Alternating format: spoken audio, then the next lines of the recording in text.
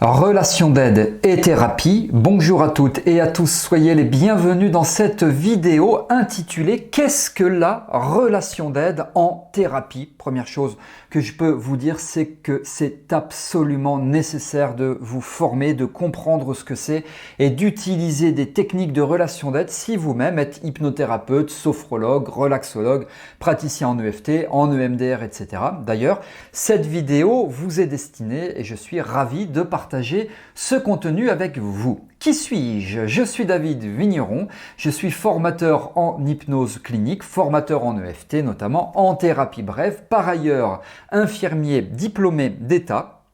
Et je dispense régulièrement des vidéos sur cette chaîne YouTube à laquelle vous pouvez vous abonner. Pour cela, cliquez sur le bouton s'abonner et activez la cloche de notification pour être informé lorsque je sors de nouvelles vidéos et c'est tout à fait régulier.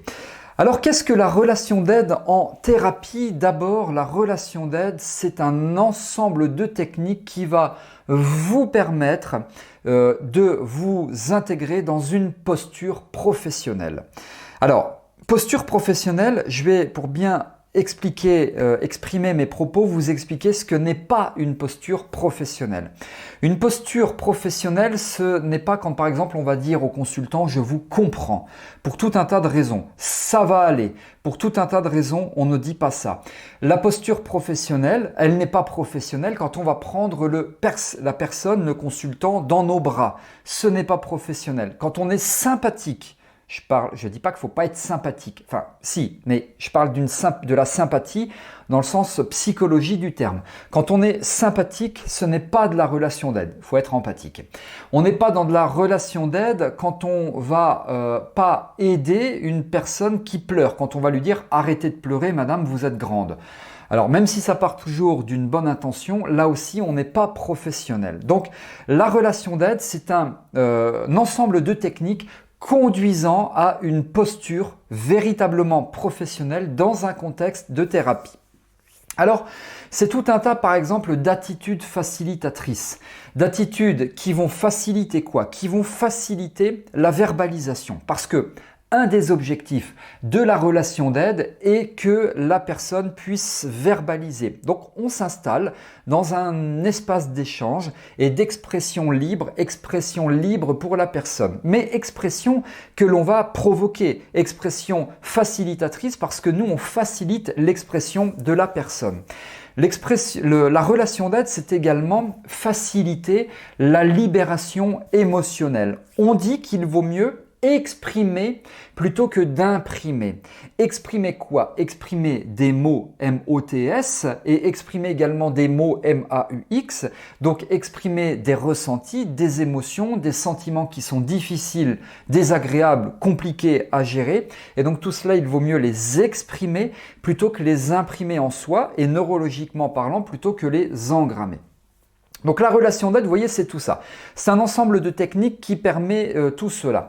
On dit qu'en relation d'aide, en tout cas la relation d'aide telle que je la pratique et telle que je l'enseigne, elle est orientée solution. Alors, orientée solution, à quel niveau? C'est le consultant qui va trouver ses propres solutions. On ne serait pas dans une posture professionnelle si nous-mêmes donnions la solution à nos consultants. Parce que peut-être qu'elle est évidente pour nous, cette solution, mais que ce n'est pas forcément la bonne solution pour notre consultant.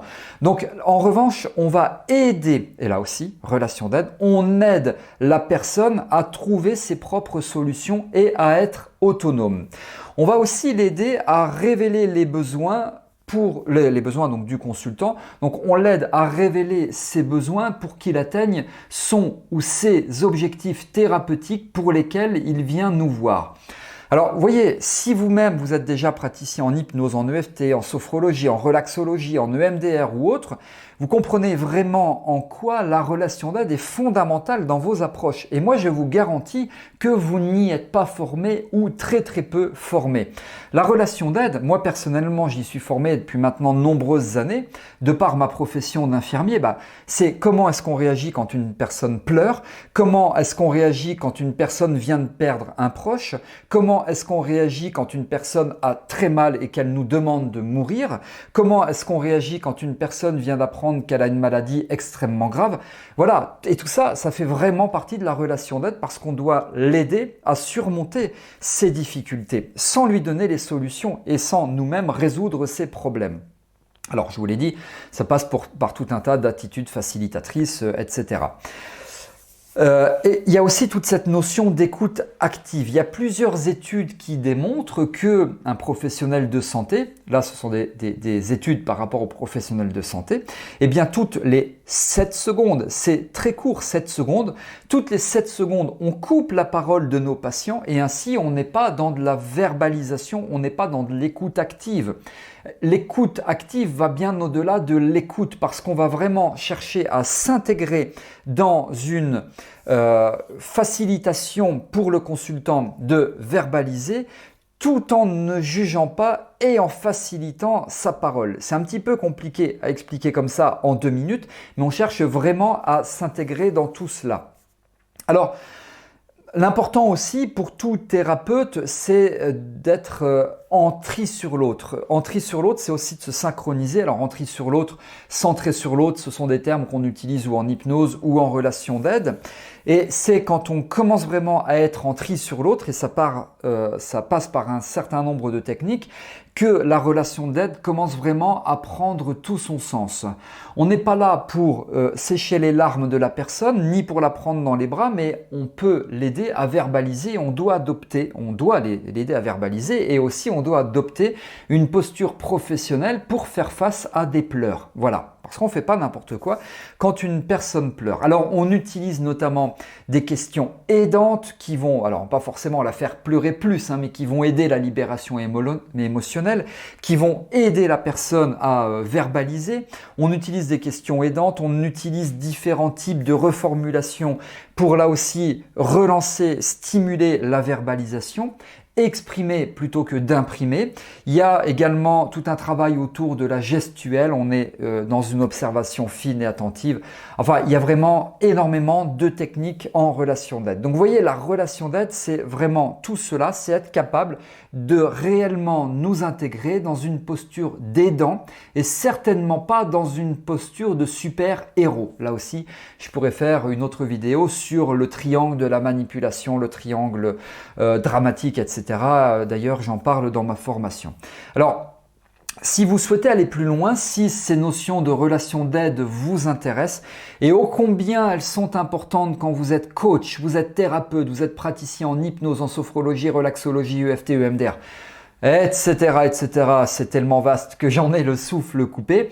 C'est vraiment tout à fait adapté à toutes ces personnes-là dont peut-être vous faites partie. Eh bien, si cela vous intéresse, pour renforcer l'efficacité de vos séances, pour renforcer les résultats, parce que aussi, bien sûr, on parle de résultats, eh bien, je vous propose une formation en ligne de praticien en relation d'aide.